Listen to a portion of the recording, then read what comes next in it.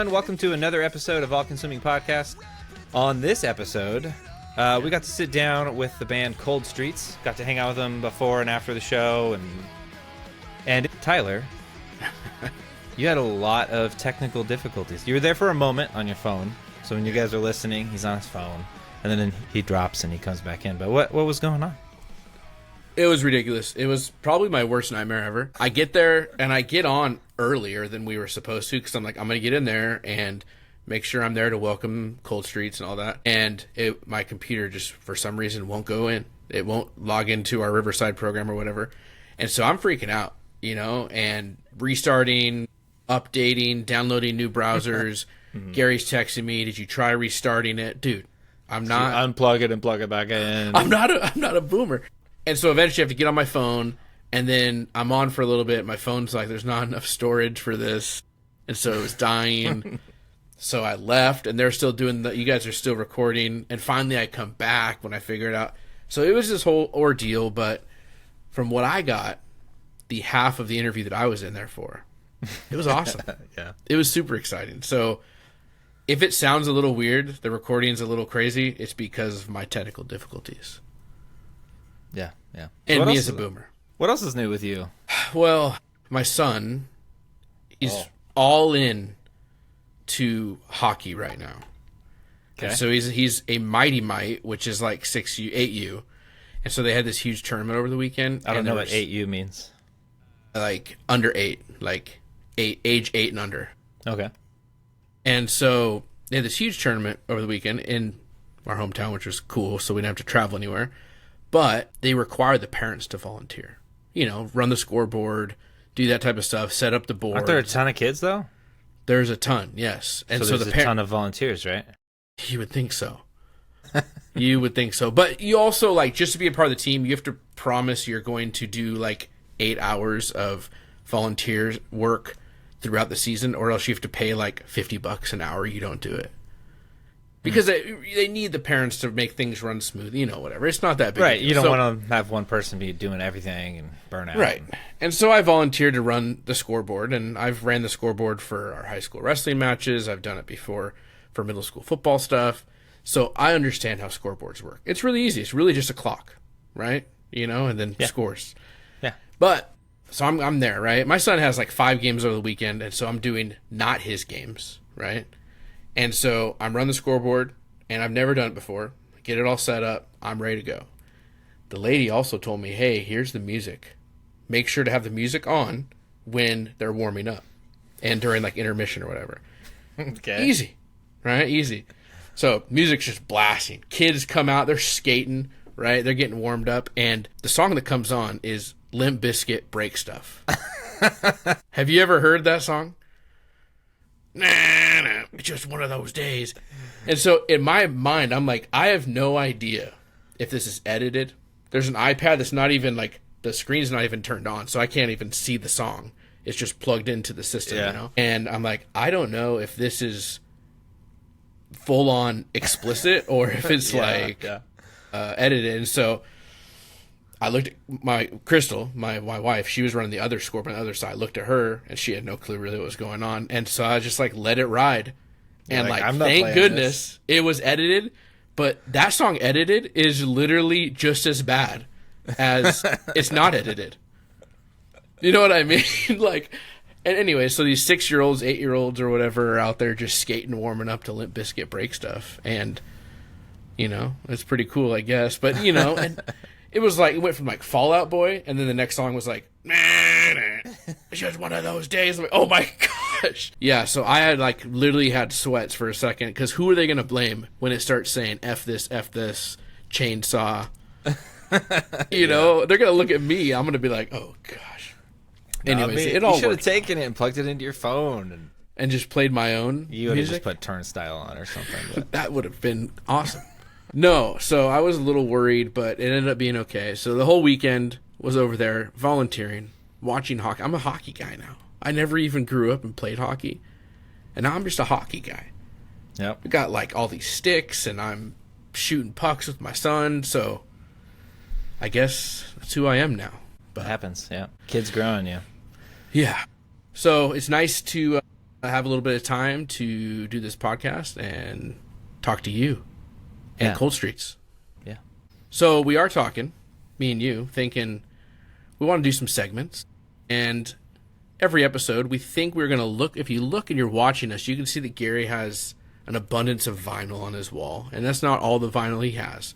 And we always get people on the podcast, and they always make comments about his vinyl or whatever. And so we figured we're going to highlight a vinyl every episode and try to kind of tie it similar genre to who we're going to interview or whatever's on that episode. So today, Cold Streets, they're kind of a pop punk band. So what do you got for me that's pop punkish? So I chose the obvious pop punk option, Relient K. Ooh. So this one is Two Lefts Don't Make a Right, but Three Do. Super fun. This came out in 2003, which for you and I, that's like freshman year? 8th grade or freshman year, yeah. Yeah. And so I remember when we got this, back then, back in the day, new music dropped on Tuesdays, not on Fridays. Yeah. And so you'd go to the Christian bookstore or Best Buy or wherever, and you'd buy your new music there. And I remember going there with my dad on a Tuesday to get this one. And Wednesday is our youth group nights. And I remember showing up to youth group on Wednesday thinking, I'm the only one here that's heard this super cool album. But it's literally playing like in the sanctuary before the youth group starts, and like everyone's talking about it. And at least I got to join the conversations, but it's something I thought I had on everyone. But yeah, this is super cool, and I think it had like 3 or 4 different covers. Really? But this one's the orange one.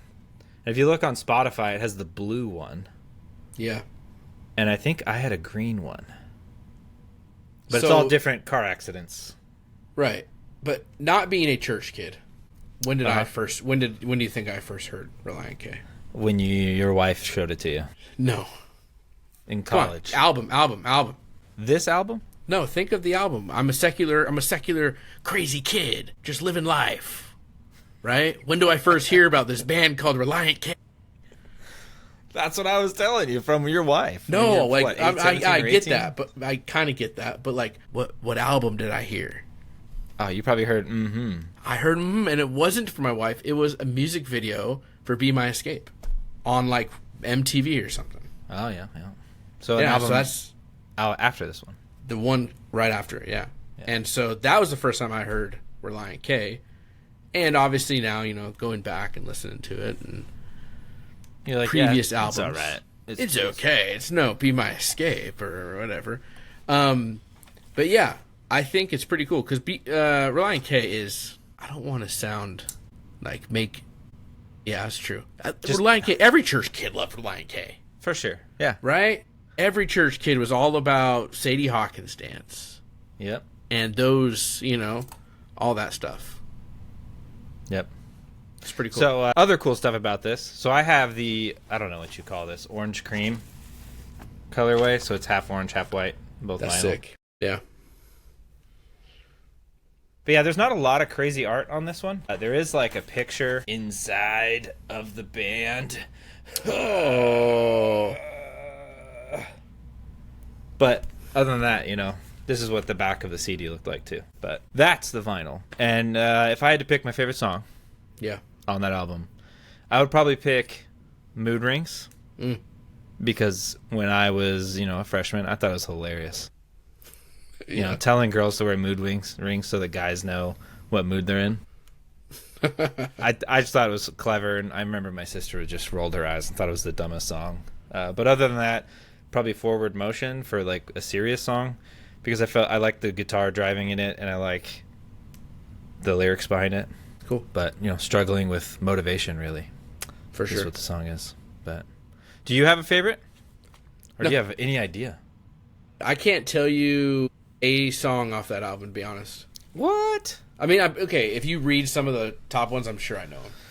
I know the album cover. Pink Tux to the Prom. Nope. College Kids. Nope. Getting Into You. Chapstick, Chap Lips, and Things Like Chemistry. You know what? I have, actually. Yeah. Jefferson Airplane. The band Jefferson Airplane or the song Jefferson? The song. Oh, no, I've heard of the band. Yeah, that song is 10 minutes on Spotify because it includes the long silence, the hidden track at the end where he just yells pepperoni. Anyway, You're missing out. I can't believe you don't know this album. I mean, you really can't believe it? I mean, I kind of do because I know you, but our You know what I was shocked. listening to at the time? Blink 182. Take Off Your Pants and Jacket. That's what I was listening to. Blink 182's Take Off Your Pants and Jacket. I was a secular kid, bro. I know. And you want to know what? This is okay, make sure if there's kids listening, don't pay attention. When I just found out, I'm 36 years old. I just found out you're 36? I just found out last year. Yeah. Because if you look at the album cover of Take Off Your Pants and Jacket by Blink 182, it's like pants, a jacket, and a plane. And it's like, oh, it's about traveling or being outdoors. No, it's about that, bro. How old are you? Jacking it. I just found out. And I was a 7th or 8th grader or whatever listening to that constantly. And I just now realized that it's take your pants off and jacket. Like, it's meant to be inappropriate. I was a Christian kid in public school. Sure. And I fully knew what that album meant in the middle school playground. Yeah.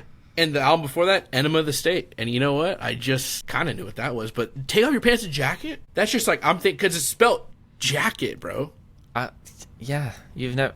Take your coat and jacket off. Yes. Teachers would say that to us. And everyone would be like, here? In front of everyone? And crack jokes like that all the time. I don't know about what you and your Christian friends did, Gary, but me and my non-Christian friends would never talk to our teachers that way.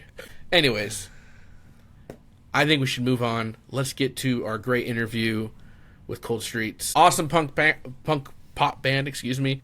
I think they are awesome, really cool dudes. I think we did actually. We recorded, talked for an hour, and then afterwards talked for like another 2 hours because they're such awesome dudes. I hope that people listen to their new stuff and love it. Yeah, and at the time of us recording this intro, they talk about it in the episode about maybe doing audio feed. They were just confirmed, and they're totally doing audio feed, so that's super cool. That's cool. So, yeah.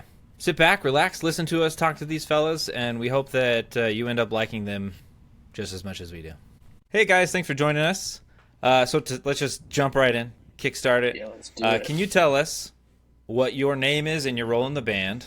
And 2 questions in 1. That's 3. Name, role in the band, and what got you into making music? Like, was there a band that you heard, your gateway band, that's like, I need to make music?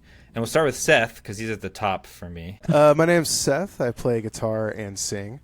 I don't know, there's a few things that made me play music. One was the band Amberlin. Right off the rip, they got me hooked. And the other one is just I kind of grew up in a culture of music, like at church. My dad was in like a traveling worship band, and just growing up in that atmosphere, I kind of just rolled into it. Me and my brother did. So, yeah. Does your brother play music? He does. He plays in a hardcore band called Salt that I write all the music for. They haven't been playing much the past year or two, but they're kind of like a hardcore beatdown type of thing. All of our songs are less than 2 minutes. Oh, that's like Tyler's favorite thing. That's not my a Christian favorite band. music. Not a Christian band. I forewarn you. It's great. It's super fun to write. Who on the couch wants to go? Or you're not I'll on the go. couch? We're actually on 3 separate chairs, but In No front way. of a couch. in That looks front like of the- one big couch. Yeah. It's an illusion. I'll start. I'm Jordan. I play guitar as well. And yeah. So my dad took me to see Kiss in the 4th grade. Which I always say, Dad, why did you take me to see Kiss in the 4th grade? But I'm glad he did because I saw Ace Frehley play, and I was like, I need a Les Paul, and I need to know how to play guitar. But then, grew up, listened to Blink, all that stuff. And then I remember when the first Used record came out, I was like, what is this? I need to do this. And then I got They're Only Chasing Safety, and I was like, this is better. I need to do this. And at the time, I had really long, straight red hair, and everyone was like, oh, you look like the guy from Under Oath.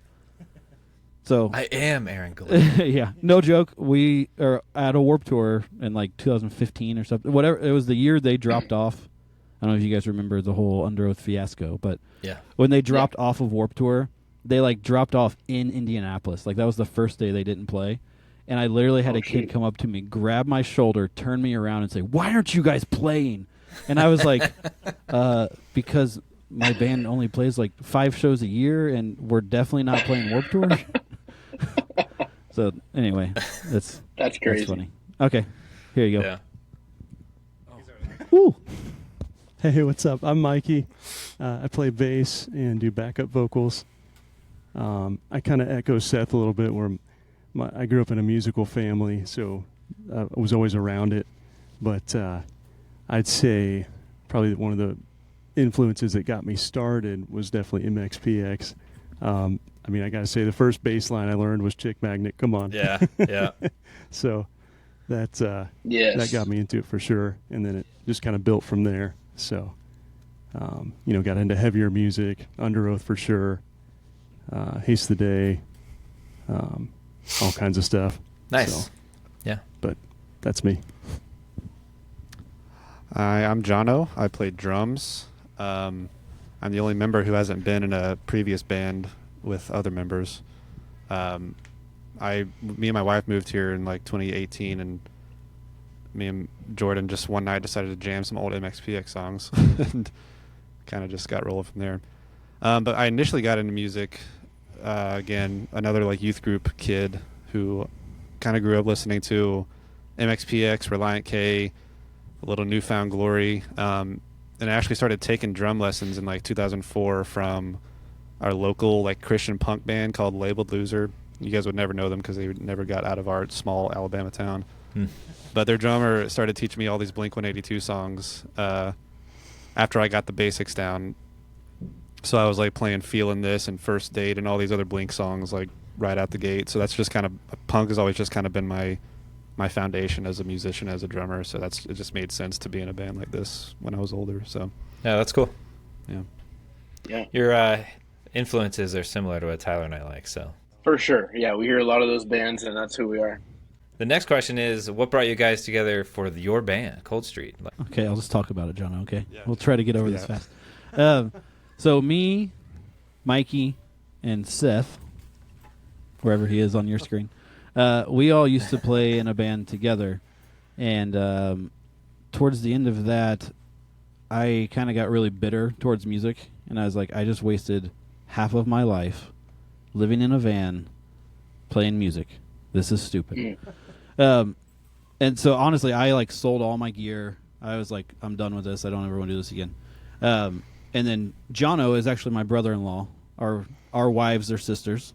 So he was always like, yeah, I play drums. Yeah, I play drums. And I was like, cool. Yeah, I was in a band too, dude. I get it. Like, whatever.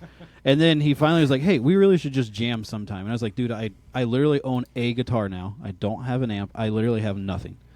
So I borrowed an amp from a buddy, and literally we played, 4 or 5 MXPX songs, like Yeah, some something old like that. Fall Out Boy stuff. And like, I was just like, okay, that was fun. Because now there was no pressure. It was literally just, we were just hanging out, jamming, and it was fun. So that like kind of re-sparked it for me. And then who was it? Oh yeah, I was like, hey, well, I just play guitar, I don't sing, and you're playing drums. Wouldn't it be fun to jam with somebody that plays bass and can sing? So I called Seth, because him and I were still really close and good buddies, and so we are in like just south of Indianapolis, and Seth is in Columbus, Ohio. So it's like a 2.5 hour, 3 hour drive, something like that. Yeah. So we were just like, yeah, let's just get together. Seth was like, yeah, my dad still has his drums in the basement. You guys can just come over here and like we'll just jam. So we went. John and I went over there, jammed, like, was it once or twice? Yeah, I think we played the exact same songs that we Literally, like, played together too. we All just MXPX. yeah, we just covers. played Yeah. songs off of Panic, and that was it. Dude. So then we all were going to church together at the time, and I was telling Mikey, I was like, yeah, John and I started jamming, we started hanging out with Seth, and it's just really cool because, the MXPX, the 3-piece where the bassist is singing, and, Yeah. it was just cool. And then Mikey was like, I'd like to jam. That'd be fun. And I was like, You can't. I was We're like, an MXPX band. I honestly Yeah, was, three I was, only. I was like, heck yeah, dude, like that rules. And I had never met Mikey before. yeah, this he either. had never even met Mikey. Yeah. So I called Seth and I was like, hey, I think Mikey is going to come jam with us next time. And of course, Seth knew Mikey before too, and he's like, heck yeah, dude. What's funny is like we were in that old band. Like me and Mikey were not in that. We're not in Forever at Last at the same time. But I had been a fan before I joined Forever at Last, and so getting to play with Mikey, like I knew him, but getting to play with him was like awesome because I'm like, finally, I get to play with this dude. I've been in his band when he wasn't in it, and so when he said that, I was like, oh yeah, let's go. Well, it's funny. I'll let Jono finish the story, but So I was kind of on your guys' side. I was like, no, it's MXPX. Like we got to be the trio, you know. That's like got to keep it pure. And I was like, I don't know who's this Mikey guy. I've never met him. Like I already kind of knew Seth. I met him at like his Jordan's wedding, kind of. So I was like, I don't know if I'm okay with this. And he was like, well, Mikey's like the nicest guy you've ever met. And I was like, yeah, sure, whatever. I know you've known him a long time. and literally the best bass player we've all ever met. Yeah. So he shows up. He's shaking his head out of modesty, but Take the compliment. That's I'll why we send took you. his mic away, I so will he send can't you refute it. solo bass or tracks off of our songs, and you'll be like, okay, yeah, he's awesome. there are I hear him all the time. Yeah. There are few people that pick up an instrument and you're like, that dude was born to play that instrument, and then Mikey's one of those dudes. We always say the tone It's lives like in his butter. fingers. So when Mikey showed up, he literally was the nicest guy I'd ever met. And then like on the way to Seth's house, we just like started talking about all our like childhood interests, like Lord of the Rings and all our bands that we liked. And I was like, I think he might be okay. Well, we talk about this too, because like Mikey and I kind of just reconnected after like not talking to each other for, I mean, not on purpose, but we just kind of grew apart for a little bit for a couple hate that 5 guy. years or something, huh? No, bad joke. Oh, but I remember the whole way there, Mikey and I would like get off on like this old tour tangent, and I could tell Jono was in the back seat, like, okay, yeah, cool guys, and then Mikey would just be like, hey, Jono, actually, and then like go talk to him about back there, buddy? yeah, Lord of the Rings and all that other stuff, and then that's when Jono, I think, realized like, okay. And then as soon as we got to Seth's house, we jammed Responsibility by MXPX without even rehearsing it. And then I was like, okay, he's got to stay in the band now. But it was funny because even when it started, it was just we were just jamming MXPX. We were literally just like, let's just be an MXPX cover band, and we never play, and we just get together and jam just for the fun of it. And then we finally reached a point where it was like, or Mikey was like, you guys need to check out this demo I made on GarageBand on my phone, and he played it, and then we're all just like kind of noodling around figuring it out, and then we just play it, and like kept going, and we were like, okay, this is cool. We should probably just write our own music. And that was literally how we wrote Who Cares? Yeah. Oh, that's awesome. So why the name though? What made you guys pick Cold Streets? Speaking of Panic, Yeah. We'll never stop talking about MXPX. Cold this whole Streets time. is an MXPX song.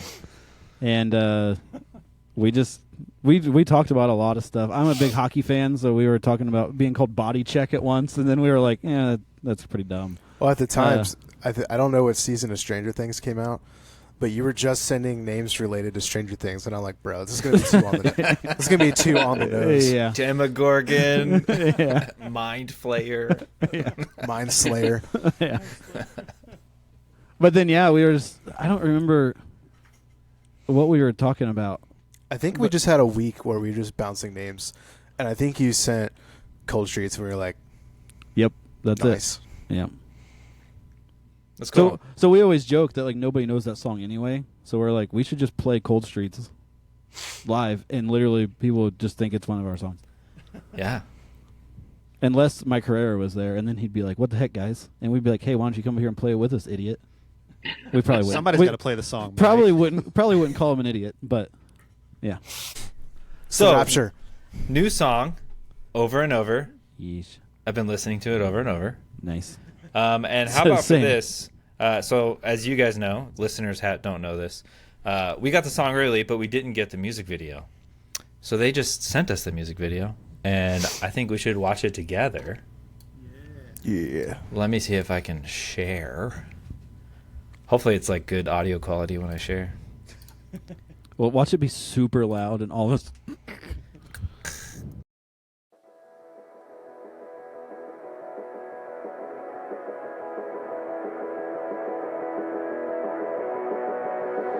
I'm sick of riding up this roller coaster. You think you're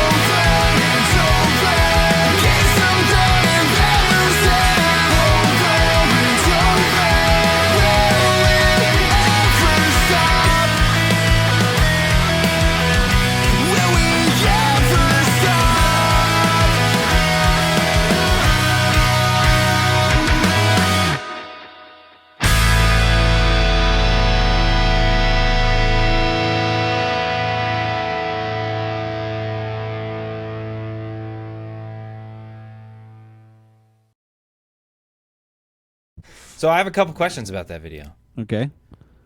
Like, how'd you guys do it? Where'd you do it? I think you guys told us a little bit earlier, but So we actually filmed it at our church.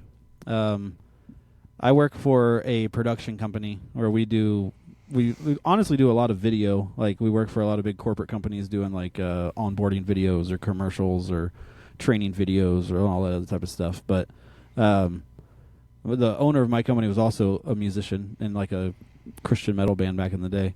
So he's all about like, yeah, let's do music videos. So we have an LED wall that's like the company's, and we're like, hey, let's just scoot at all these chairs in the sanctuary of our church and set the LED wall up and just film in front of it. Like, nice. I say super low budget because he didn't charge us to do it, but like still high quality, awesome video. Yeah, right? it looks really good.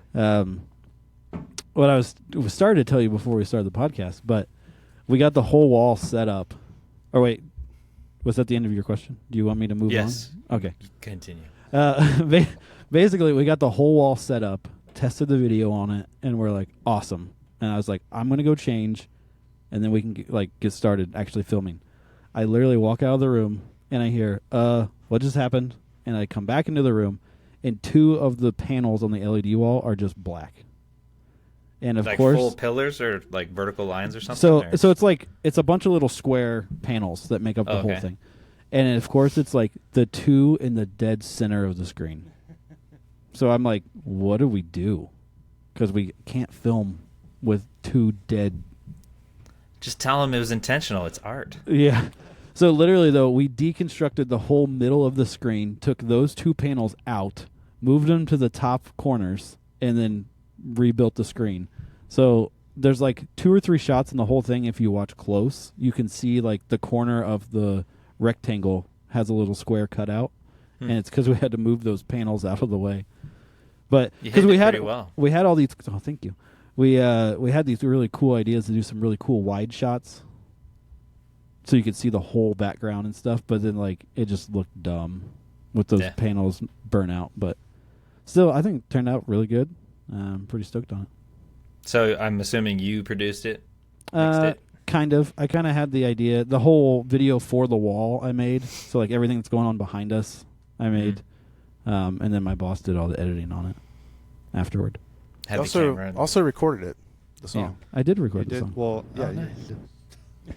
Even when you were on the screen? Yeah. Or on the camera? Yeah. No. I did the audio for it. Oh. Yeah. Oh, yeah, sorry. So the music, though, did you mix and master and produce? So, yeah, I engineered it all, produced it. I mean, we kind of all produce our stuff together, and then I usually... Have you done that with all of your music? Yes. Like your history? Yes. Well, I'll say, this song, compared to all of your other ones, I think it sounds way sharper. Nice. It just sounds super clean. Especially the vocals. I feel like they sound so much more crisp on this song.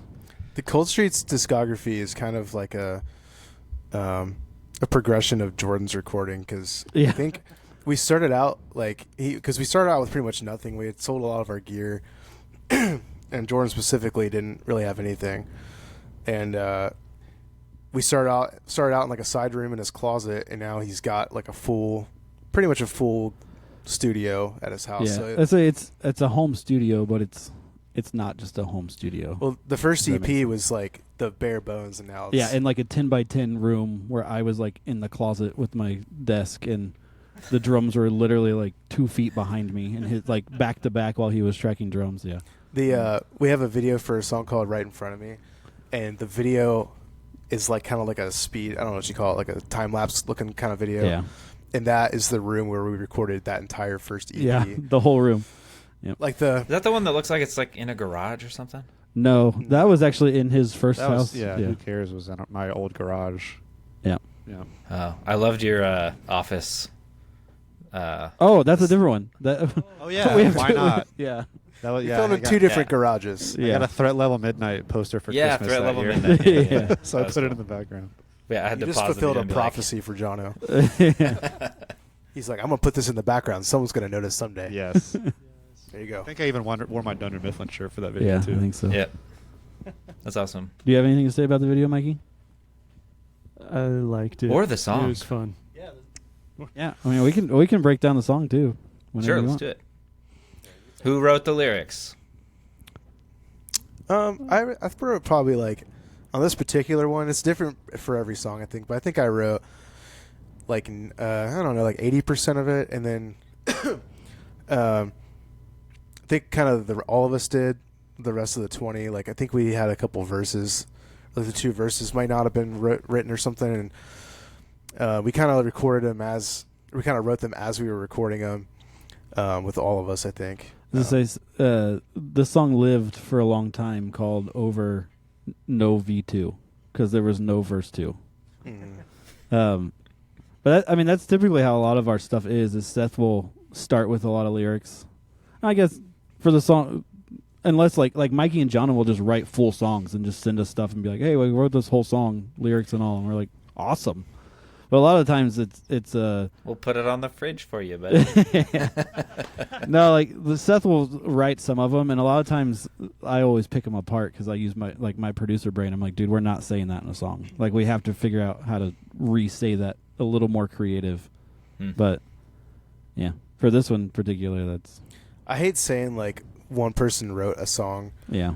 Because really, like in this band in particular, like we're just blessed to have a bunch of different experiences and talents, and so like no Cold Street song is complete without all of our input because we all just bring something really cool and different. We all put our own flavor on it. Like I know there's a fill in that song that Jono does that just shreds. I love it every time I hear it. Yeah, and the so one like that starts on a floor tom, and I was like, you can't start a fill on a floor tom. What are you doing? Yeah. So it's just, I think like that's kind of how it goes. It's like when there's a new song, one of us has usually done most of the work on it, and then we bring it to the group, and it kind of morphs from there.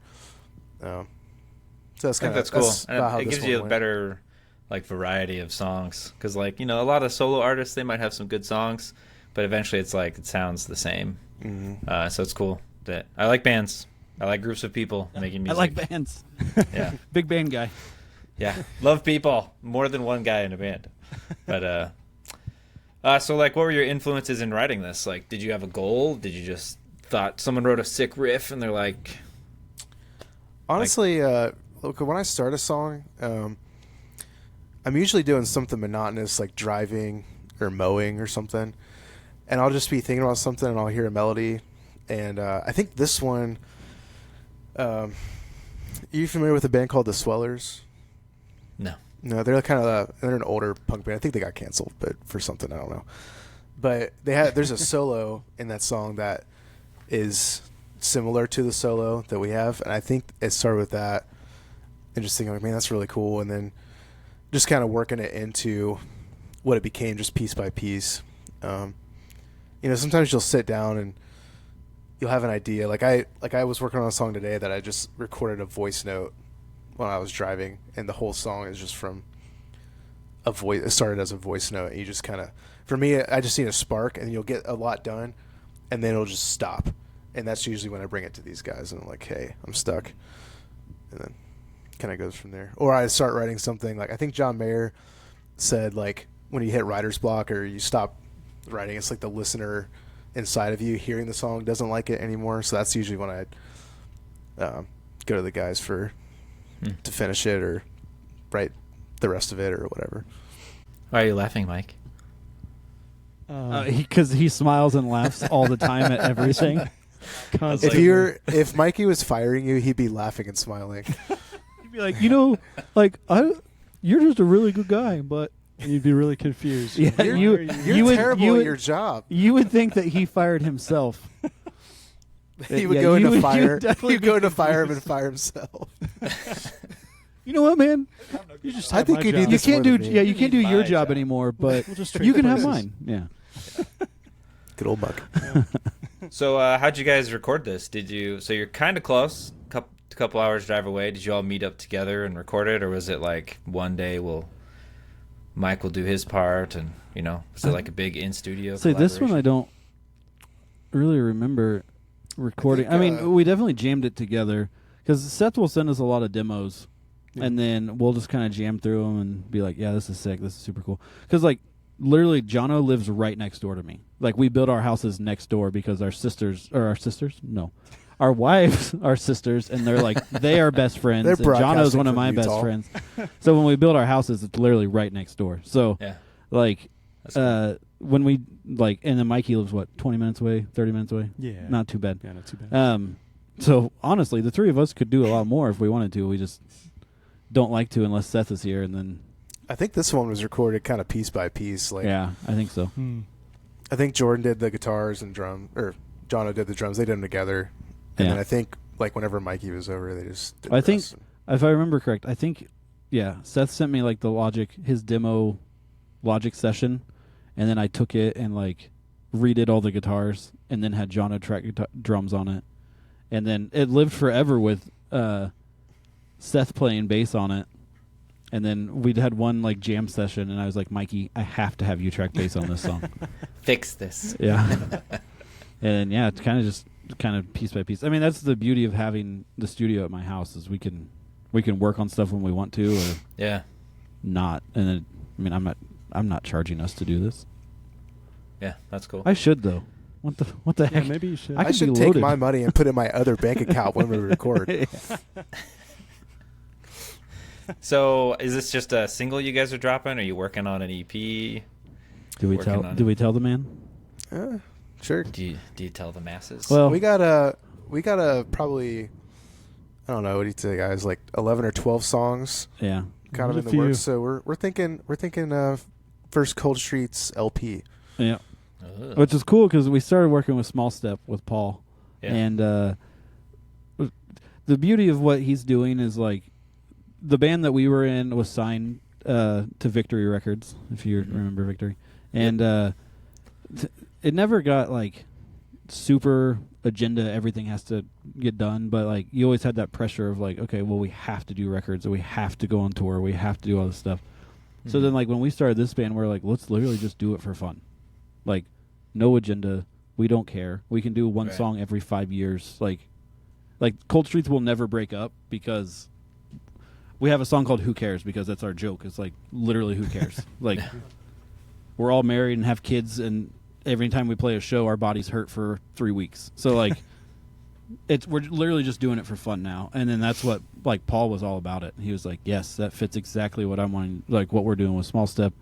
And I even remember feeling weird talking to them about, like, hey, you guys got this guy, this label, hit us up, and curious on what you guys were thinking, because I didn't want them to feel like, oh gosh, another Right, label commitments thing.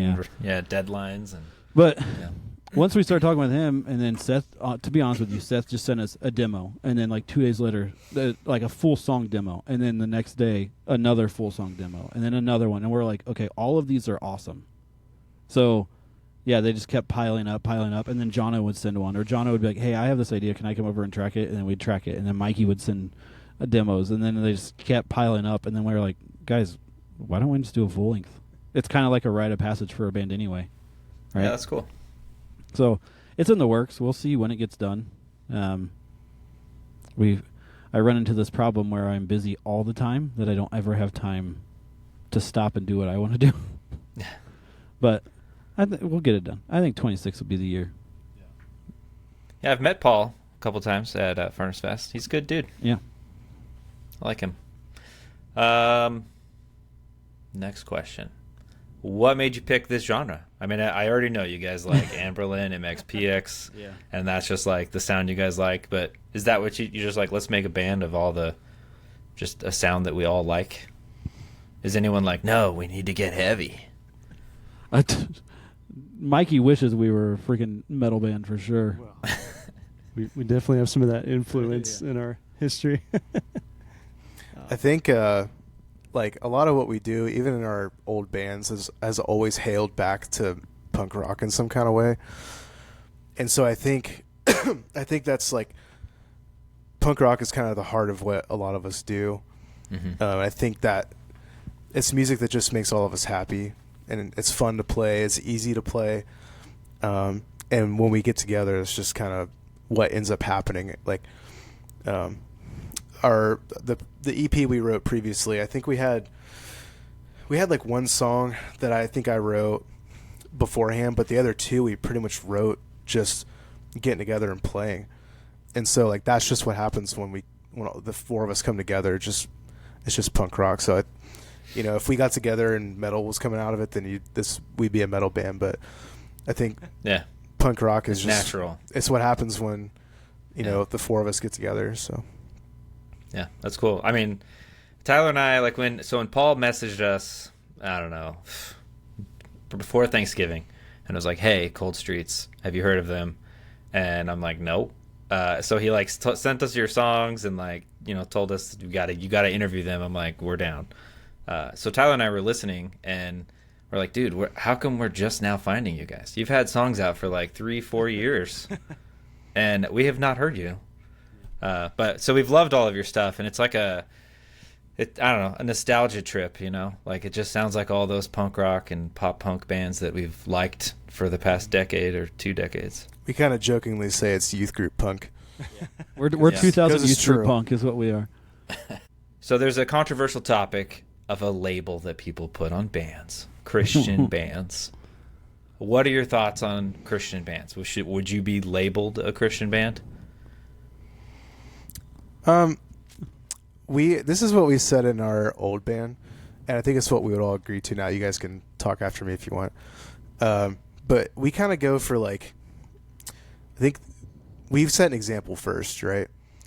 When we play somewhere, we're all Christians in a band, and a lot of our stuff you can spin as Christian music, and you can kind of spin the other way. Like our other band was on a secular label, and we were still very much a Christian. Like you could say we played Christian festivals. You could say we were a Christian band, but we were on a secular label because, it was nothing we pushed super heavy, but we weren't quiet about. If that makes sense, we weren't out there to shove it down anyone's throats. And so that's just that we've kind of all grown up listening to secular bands and Christian bands, and so we kind of try to be that in a nutshell. If you come talk to us, it'll be pretty clear that we're Christians, but it's nothing we're it's we need to say Jesus in every song. Mm-hmm. But if you meet us, we're saying Jesus with the quiet part out loud, so it's I think that's the best way to put it. You guys have anything to say? Yeah, I think I heard it was John Foreman or somebody, I don't know, another Christian band who said Christianity is a religion. It's not a genre of music. So that's kind of how I view it too. Obviously there's church and worship music, but even that's it's worship music. It's not Christian music. So I don't know, Christian rock, Christian rap. I'm just I kind of would echo mostly what Seth said. We're Christians in a band. We're not really a Christian band or make Christian music. But I mean, obviously we all share that belief together. And it certainly helps us get along with each other. So yeah, I was gonna say a lot of our songs too it's about dealing with life in tough situations or hard decisions, and how we come out of those situations are based on our faith, right? Mm-hmm. So of course that can come across in some lyrics, but I mean, we have a song called Empty that's about church hurt and how basically saying don't put your faith in the people that go to your church. You know what I mean? They will always fail and they will always let you down. So maybe you should put your faith in Jesus. And when we don't even actually say that in the song, you know what I mean? But that's what the undertone of that song is about. So yeah, I mean, I would say the same thing as them. Do you want to say anything, Mikey? Yeah, I'd just say we like to, I guess, let our actions speak. I guess louder than our words too. I mean, people are going to know just how we live our lives, and like Seth said in our conversations, we just want to be genuine with people, and I guess let Christ's love kind of shine through us, just in how we kind of operate and talk to people. So that's just been, I think, our approach. So yeah. So yes and no. Yeah, I think it's biblical too, in but not of. Yeah. Yep. Yeah. Yeah. I mean, just listening to your guys' music, Tyler and I weren't confident if all of you are Christians, or how forward you were, but just when you guys joined the call, Tyler's back. Tyler. I missed the entire conversation. We just started. We were talking about how much we love you. Oh, shoot. I didn't miss anything then. All right, just keep going. I'll jump in. Keep going. Anyway, well, yeah, what was I saying? Oh, I'll just act like Tyler was here, and I'll just continue what I was saying. But when you guys joined the call and like before we pressed record and stuff and hung out, and you guys talked about all the bands you liked, and like I don't know, I could tell that you guys are just like us, you know, just Christians making music. We're just Christians in a podcast. But I asked them the question while you were gone about the Christian label. Oh. And you won't know the answers until the podcast comes out. And you I'll listen have to go back and listen to it, I guess. So, Tyler, did you have any questions you want to ask them? Like, Bro, I just got in here. You're supposed to get going. Keep the conversation going. So I've gone through like all the questions, and you weren't here to ad lib and add your jokes. Sure. Yeah, I got a couple things. So we really enjoyed your EP from 2023. On our core values episodes, your whatever EP was awesome. Sync was like specifically my favorite song that you guys did. Yeah, you could hear the hardcore influence in that song. Dude, that 100%. Different guitar tone. The drums sound great. Yeah. Thank you. It was awesome. And so it feels like a breath of fresh air to get like pop punk, you know, bands, especially in like what we listen to. So I don't know if Gary kind of talked about this yet, but like what has made you guys specifically focus on punk, pop punk, you know, rather than other bands you've been a part of before? Yeah, we kind of talked about it a little bit, but it's like Seth was saying, Mac, it's like when the four of us get together, that's like what our roots are in. So it's like, it's just what naturally came out. Like our old band was started as a hardcore band and then progressed more into like I don't even know, a heavy alternative punk influence. Like I don't know how you would describe our old band, but so they were like, you know what I mean, like we had quote unquote breakdowns every once in a while, but we didn't really scream, you know what I mean, like it anyway. It was paracore. Oh my gosh. Oh well, Mikey just got kicked out of the band. Oof. Yeah. But yeah, it's just like punk, pop punk, and like that's just kind of been what we grew up on. So it just naturally comes out. Like I was saying, it's easy to play. Like you really don't have to think. It's more so just like jamming with your buds. And pop punk is so much to me. It's like so. It's one of the, you know, to me at least, it's one of the genres that displays emotion the best, I think. Yeah. I don't know how to describe exactly what I'm saying, but you know, musically it's not like you're not shredding, you're not like, you know, doing breakdowns. That is that for some bands, but for us, like I just think like what we're trying to say emotionally, you know, otherwise is it's just pop or pop punk and punk music in general that says it the best for us. That's cool. Yeah, I think everyone our age, we're all pretty much the same age. I don't know. There was like 5-10 years of just like, it has to be heavier. We need more breakdowns. Like it's got to be more brutal.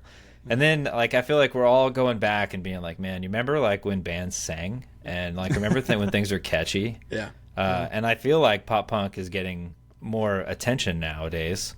I think it's becoming more popular, and because people are missing that. Like everyone stopped making easy core and pop punk music. yeah, and what I always like about our band is like, so I would say collectively, 3 of our favorite bands are MXPX, Relient K, and The Starting Line. Like, well, I don't know about Mikey. Mikey still to this day, I don't know if he knows the Starting Line song, but the rest of us, I've heard like some. The Starting Line is probably my number 1 favorite band ever. I don't even remember what I was saying. Love the Starting Line, cool. That's it. Oh, that's what I was gonna say. Is like pop punk kind of went in this like weird direction where it was not even a weird direction, but like the new, I would say, modern pop punk. So the Knuckle Pucks, the Story So Far, the State Champs, easy core, and like it sounds different than 2000s pop punk. You know what I mean? Like still great. Like I love Knuckle Puck, great band. But when we started jamming, we're just like, yeah, we don't even, that doesn't feel right. Like, let's just write what we know and what we love. And then it just comes out like we were saying earlier, 2000s youth group punk. Yeah. I think you guys on your bio it might even say like nostalgia or something like that, right? Yeah. Yeah, for sure. And I don't know if we always do this, and I don't know if you guys like it or not, but we always compare bands to other bands. And so like I for sure like Who Cares? I think that's the bass intro song, right? Yeah. Yes, totally. And I first thought, I was like, dude, reminds me of like old Blink or something. You know, like at least that part. I don't know if that's what you go for, but I got nostalgia right away. Yeah. Love that. And then obviously MXPX. Gary and I were talking yesterday. We're like, dude, we totally hear the influence, and it's awesome because we loved that. Like growing up, it was huge to us for sure. That's awesome. We appreciate that. That's kind of what we wanted people to connect with as well, just as much as we did. You know, like we just loved it so much, and that's awesome to hear you say you connected with that too. That's awesome. Yeah. That was my hope, is people would hear our stuff and be like, yeah, I feel like I'm in 2002. Like, Yeah. with my CD player that skips every 2 seconds. Like, you know what I mean? Like, that's what For sure. my hope was when I was like, because, okay, like that song, Who Cares? Literally, we wrote that song about, like, we're going to write this music, but literally, who cares if anybody ever listens to it? Because we're having fun doing it. Yeah. But, Yeah, there's no big expectation. Yeah. You know. Yeah. Yeah, and then I do think like there's also like parts I'm like, well, that's definitely not MXPX. That's definitely not that. So you have your own like unique sound too, like you said with like Sync does feel like a little hardcore. Yeah. I mean that whole EP is a little bit different than even the new song that you guys are releasing this Friday. Like we literally, when we did that that EP, the whatever EP, we got together one weekend, like wrote the 3 songs and then recorded it all the next weekend. So that's literally like 4 days worth of writing and then recording, and then I mixed it and it was done. Dude, that's sick. But the idea behind that one was we were going to call it something stupid like Bridge No Bridge, because there are no bridges in the whole thing, and every song is like 2 minutes long. Right. Because That's why Tyler loves it. we were like, let's just write something fast and aggressive, but still have a catchy chorus. Like that was Right. That's kind of our MO, is the chorus has to get stuck in your head. Yeah. I love that. Yeah. I'm a big fan of catchy, so pretty much anything I write, I try to make catchy.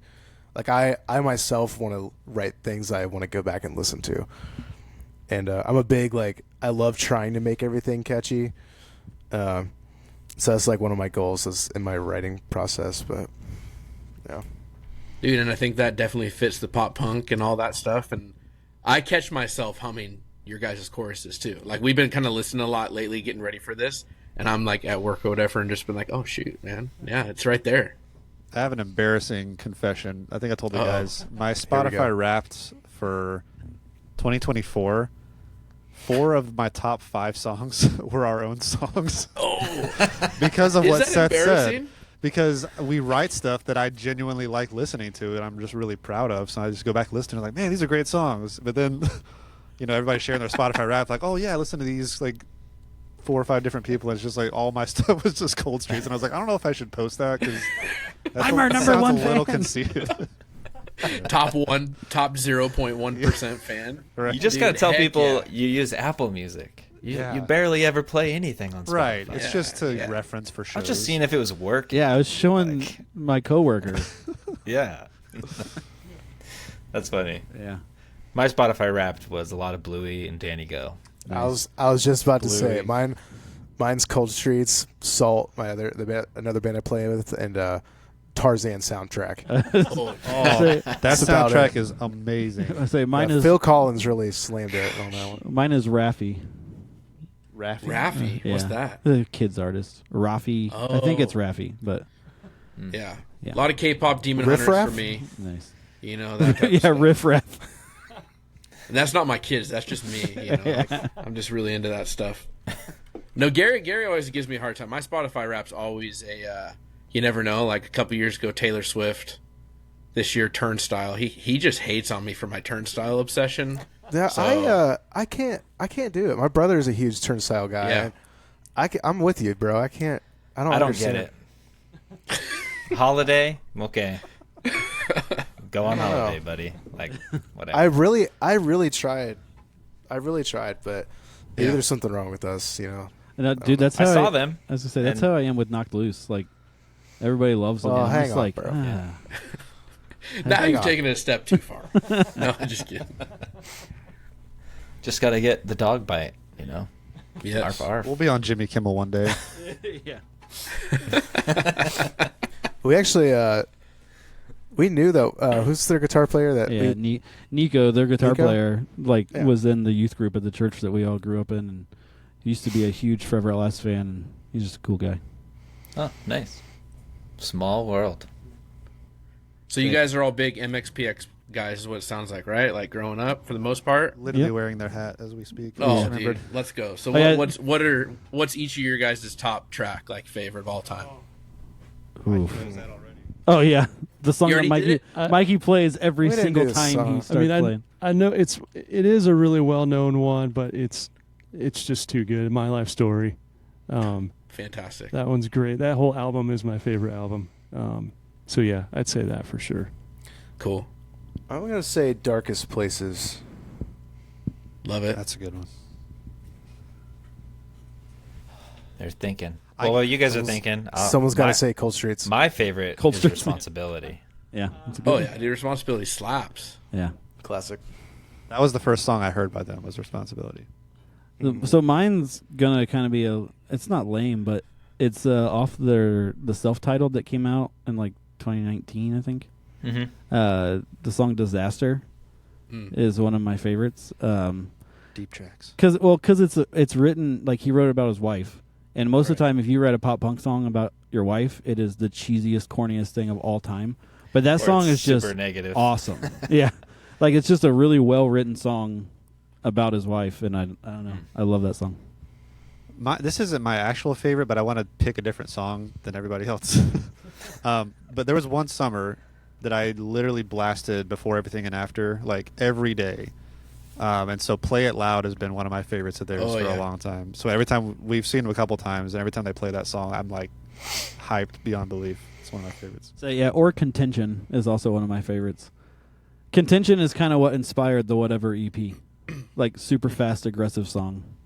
But do we Little tell? random story, I guess, but MXPX recently released this is like a year or two ago, a beer, like a specific MXPX yeah. beer, right? And I was on a mission. I live in Washington State. I should be able to find it. And so I went to Spokane with Gary. We went to try to find it, couldn't find it. I went everywhere, couldn't find it. Went to a Seattle Kraken game.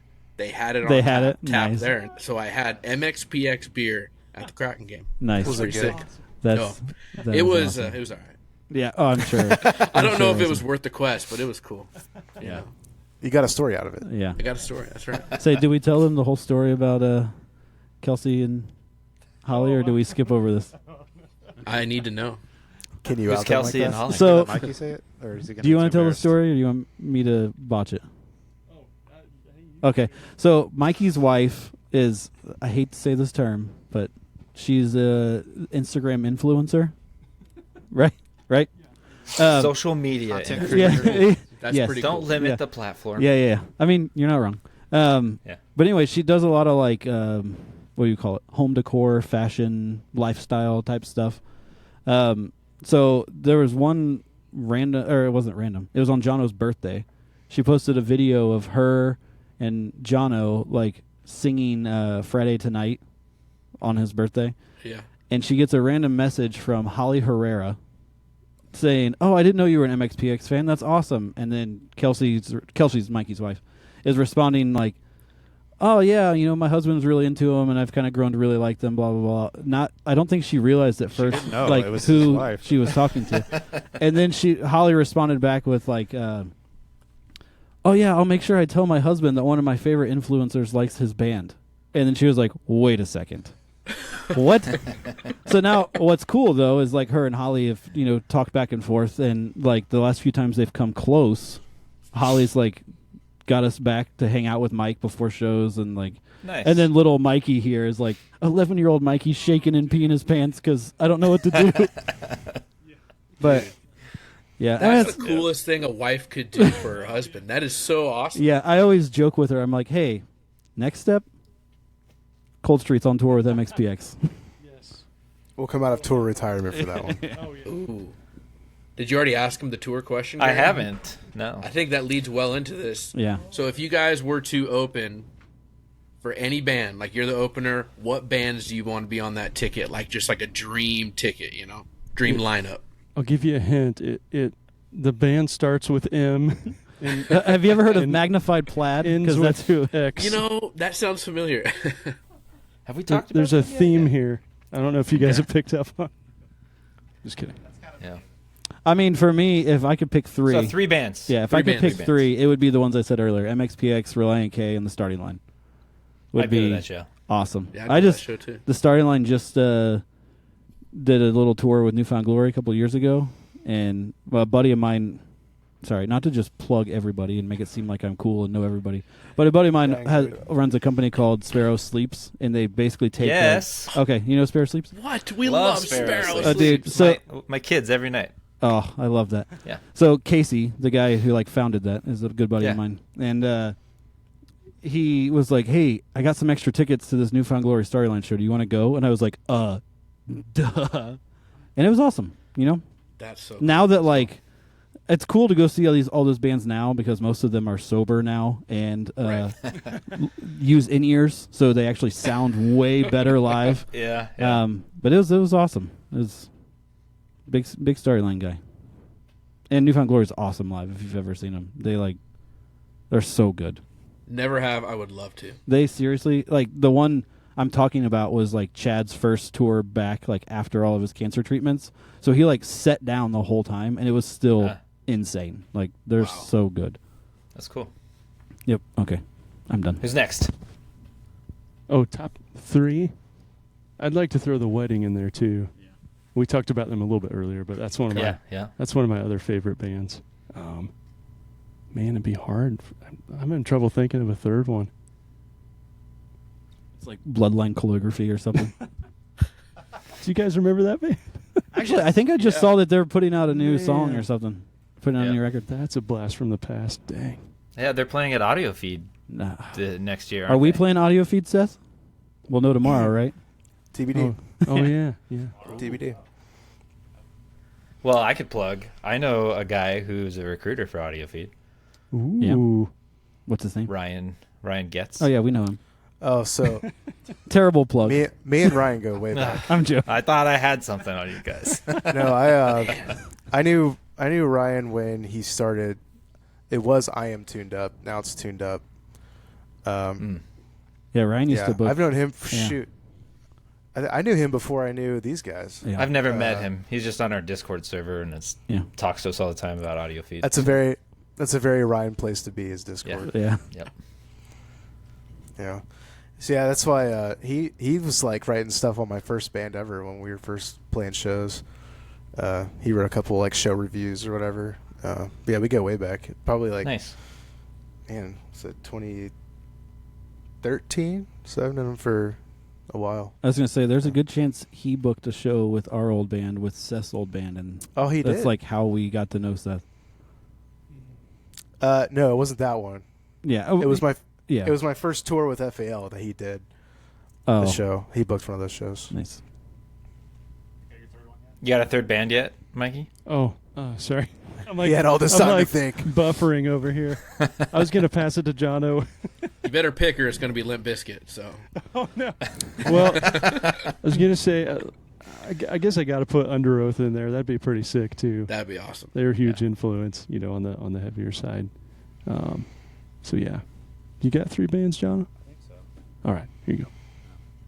I mean, yeah, I'll say MXPX again. Newfound Glory would be a lot of fun to play with too.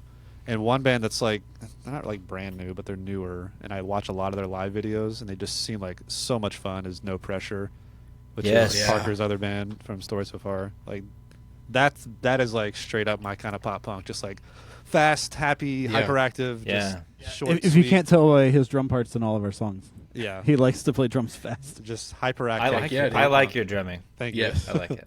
But yeah, that would be awesome to play. I just want to go to one of their shows. Period. Just I've never stage dived before, but I would definitely do that at a No Pressure concert. So Yeah, their first EP when it came out during right in the heart of COVID. yeah, I was like, man, this is exactly Yeah, what I that need. is so good. Like, That record's Yes. so good.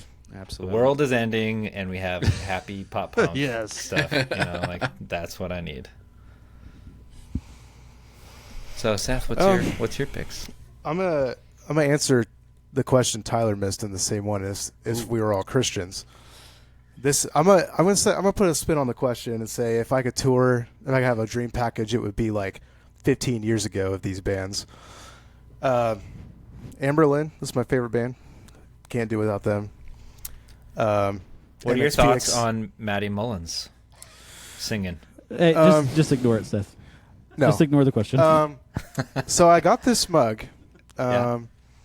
with the merch package of the final tour in 2014. The first final tour? Yeah. He's saying the actual final tour. Yeah. Yep. There is no other final tour. Oh yeah, I Okay. spent a lot of All money on the final tour merch packages, and I remember Steven Christian himself saying we're not going to be one of those bands that comes back. Yeah, they always say that. But he specifically, it was on a Warped Tour like backstage interview, I think, and he was like, "We're not coming back. We're not going to be one of those bands." With that being said, I'm glad they came back for like a couple tours with him. They had an EP with forget what it's called, but it had like 2 graves and circles on it. Stoked about that.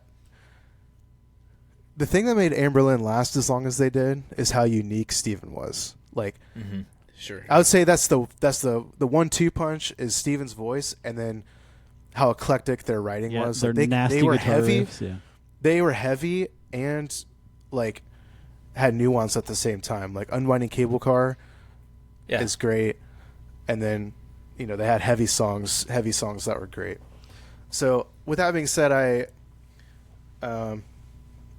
I've never been a huge Memphis guy.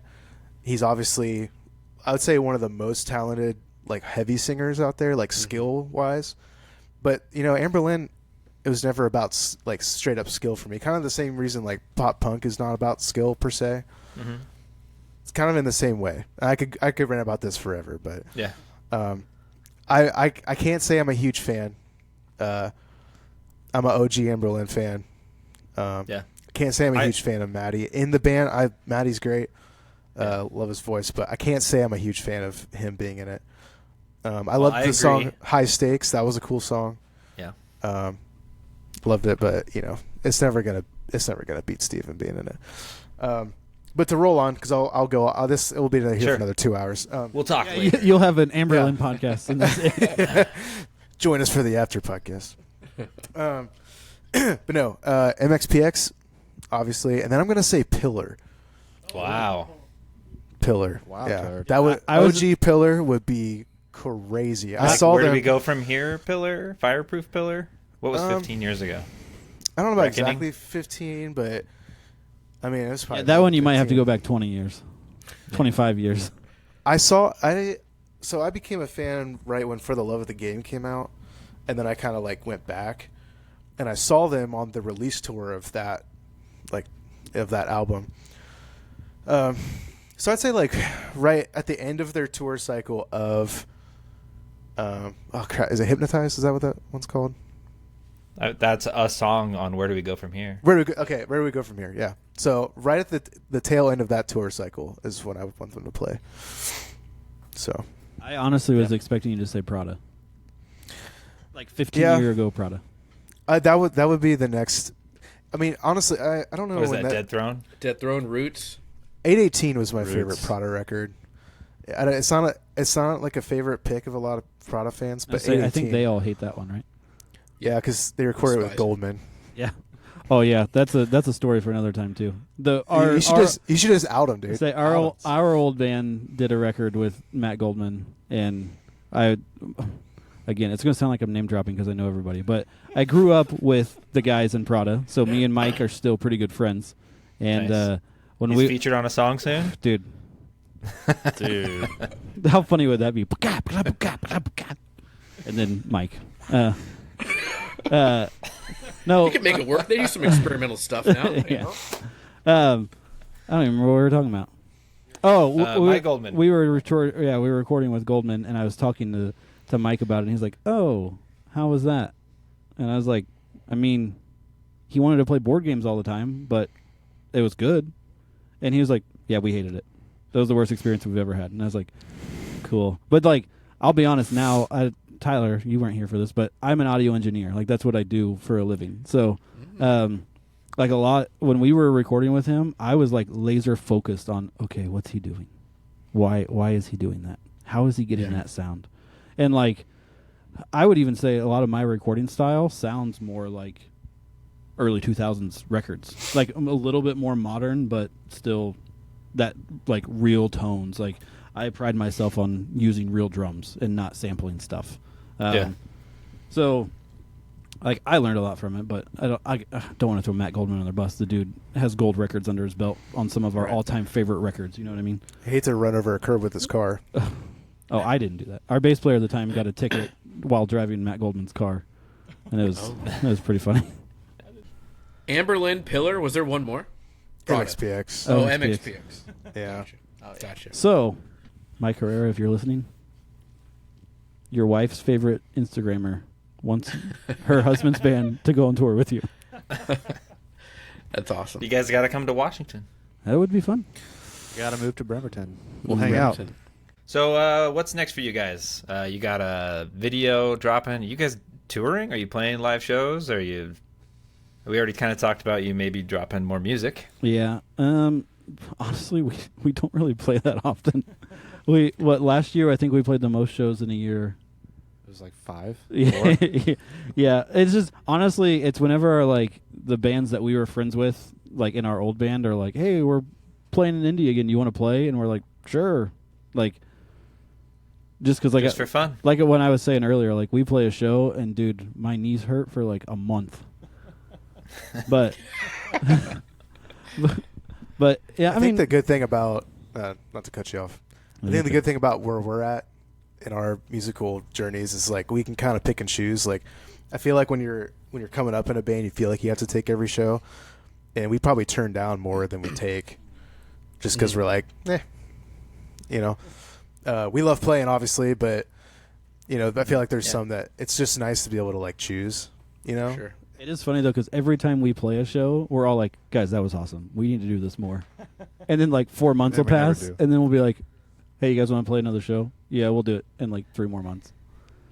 But we're hoping we last year or one of the years we did like 3 or 4 in a month, and we were like, "Dang, this is like tour. It's crazy." Yeah, we always joke because Jono was never in like a touring band, so we're always like, "Jono, you want to go on tour? Tour? Everybody on tour? We're going on tour." One show. Yeah. Also, doesn't help that a lot of our tour experiences are just like horror stories. Yeah, from all I've heard, I kind of didn't miss out on all the great stuff. That doesn't sound great. Miss out on some group PTSD for sure. There's some serious bonding that seems to go on. That's what Cold Streets. That's one. Cold Streets is my therapy, to be honest with you, to deal with all that crap. You can, if you really study the lyrics, you can find some details in there. Yep. We loved it. It was touring's one of those things that you love. You've like when it's great, you love it more than anything, and when it's bad, you're like, where is the next plane ticket home? Like, Right. And so, I would not take any of those times back, but I think Jordan and I we could maybe off camera with you guys can tell some horror stories. But I think we need to go to Walmart, Seth. Yeah. Gary gets that joke. I get that joke. You weren't here, Tyler. Sorry. I'm just laughing. I don't know. Neither were our listeners, so it's okay. It's okay. So where can people find your music, merch? You guys got a store, social media? We don't have an online store, and our social media is the least active social media of all I time. think we're trying not to get people to listen to it. Remember when I told you who cares, Who cares? if anybody ever listens to us? Yes. That's kind of I actually love that. yeah. But Yeah. I mean, you can listen to our music anywhere that music is streamed, right? Spotify, Apple Music. And we're gonna share it too, like LimeWire. crazy, so Tyler's ripping our whole new record that we haven't I've already recorded done yet. it. Yeah. It's so good. Downloaded it to my Zune. Yeah. Here's Zune player. iPod Shuffle. Nice. I had a Zoom. Gary was a big Zune guy. Nice. Never understood why, but he was all Well, about it. he It was also cool. hates Mac, is what I heard today. So that's why. Yep. I might after today too. Nice. Yeah. So I guess that wraps it up. Should we go through every record on behind you and go over our favorite song on every record? Yeah. Do you know each album? Tough as John Jacobs. Yeah, that's my favorite I too. can't Tough as see John them Jacobs. from where I am. That's as close as I can get. So Maylene. Through Struggle. Oh, nice. That's not on that record. Is it? Is Through Struggle on that record? Yeah, that's- Through Struggle's on. Okay. Yeah. Dang, hey, this nerd. I like Bang the Witch is Dead from Maylene's first. Ooh, that's good too. Very White as Snow on the. Dude, you guys are indie guys. It's got to be Haste Today guys. What's funny? So actually, That's right. I engineered, produced all that other stuff edited over and over, but the guy who actually like mixed it for me, it did 2 songs on Attack of the Wolf King. Whoa. Like mixed them. It's he worked on White as Snow, right? And then what was the cover on that song at the end? Maybe Yes. halfway. Yeah, Meet Me He Halfway. did that one too. Yeah, Bro. You know, One of my favorite covers of all time. It's Yeah. so good. that song was in my wedding. nice. But dude, That version. the new Medicines is probably my favorite record on your wall right there. What about 5 Iron? You know what? I never got into 5 Iron, so only the songs they do with MXPX Live. My brother had all the 5-iron Yeah. drums. Which is funny. You think I would be more into 5 Iron? I was more of a flatfoot guy. I definitely And pre-ordered. Jono likes Saving Grace. Yeah, I pre-ordered Breaker. I think I saw Breaker behind you. Yep. For today. I remember I pre-ordered that white vinyl. Devastator's that always been my favorite off that one. Yep. Yeah, so I guess we can't do that. Is that a Disciple record? Yeah. Nice. Oh, this might sting a little. Yeah. I Dude. grew up on Disciple. Nice. Whenever That- people bash the old Disciple, I'm like, how dare you? That Yeah. that Like, album that's the best. was the first time I think I heard distorted guitars on anything, and I was like, "What is this? And can I have more of it, please?" Yeah. Nice. Yeah, so I guess I You can't. guys know Cliffside? Mm-mm. They're from they're a new band, newish. They're from Canada, right north of us. Nice. No. But the guy from Secret and Whisper, Yep. yeah, he produced it and helped them make it. So, Is that That's Kill a Switch on throwback. the bottom left there? yep. Yeah. As Daylight Dies, their only good album. I mean, my curse. I Only can't. good album. You can't beat my curse. That's like a masterpiece. Yeah. Yeah. Yep. Sleeping Giant, Mm-hmm. Sleeping Giant, and Wage War. Mm-hmm. I dude, you know what? To this day, I've never listened to a single Wage War song. You and Tyler, man. Yeah. Just heard Couldn't tell you Stitch. one. Yeah. Oh, I see Stitch is the only Phineas's one. newest album back there too. Oh, here, there's some of this too. Oh, Oh, nice. Pending Pending Doom. Doom. So you Nice. got Life in Your Way. Oh! Another Wage War. Oh my gosh, dude! Life in Your Way is probably in my top 5. Nah, maybe not top 5, but top 10 bands of all time. And You got- Blindside, nice. The Ghost Great Inside. record. Embodiment, Stavesacre, Oh yeah. Blindside, Mm-hmm. Oh, Blindside. A That's Feast for another good one. Kings. If you know Feast for Kings, I remember. Their EP I with remember the name, but I don't. yeah, and Man, you Confessions guys- of a Traitor. Gary loves this right now. I know, guys. like, he when they just joined, they were absolutely talk- is eating this up. Dude. Didn't a Feast for Kings become XXI or whatever? Yeah. After the guy died. Yeah. Whoa, dude. They, I'm pretty sure they were from Columbus, I think, or Dayton, maybe. Dude, Everyone's from Ohio. I say That's all the good bands came from Dayton back in the day. Yeah. Yeah. Yep. We almost recorded a record. Not my first band, but my second band almost recorded a record with the guy who recorded that. Then I left and joined Forever Last. So. And then I left and joined Gold Streets. Nice. And then he And left. then you left.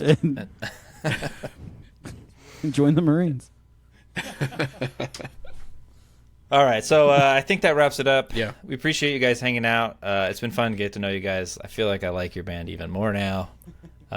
Over and Over is awesome too, by the way. I haven't had a chance to say Thank that. Oh, thank you. And I think it sounds really good too. So to know that you mixed it and you guys did such a great job, I think vocally and all the instruments, like just big step even up from the previous EP. So we're super stoked. Nice. Thanks, man. Thank you. Yeah. Yeah, we'll get to working on the full length. Like we were talking. Oh, sorry, Tyler. You just found out we were doing a full length. But we were talking to Gary about it earlier. We've what breaking news? No way.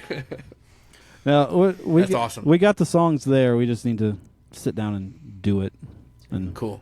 Say it's. you know what, John? Let's every- just track the drums next week. Cool. Sure. Cool.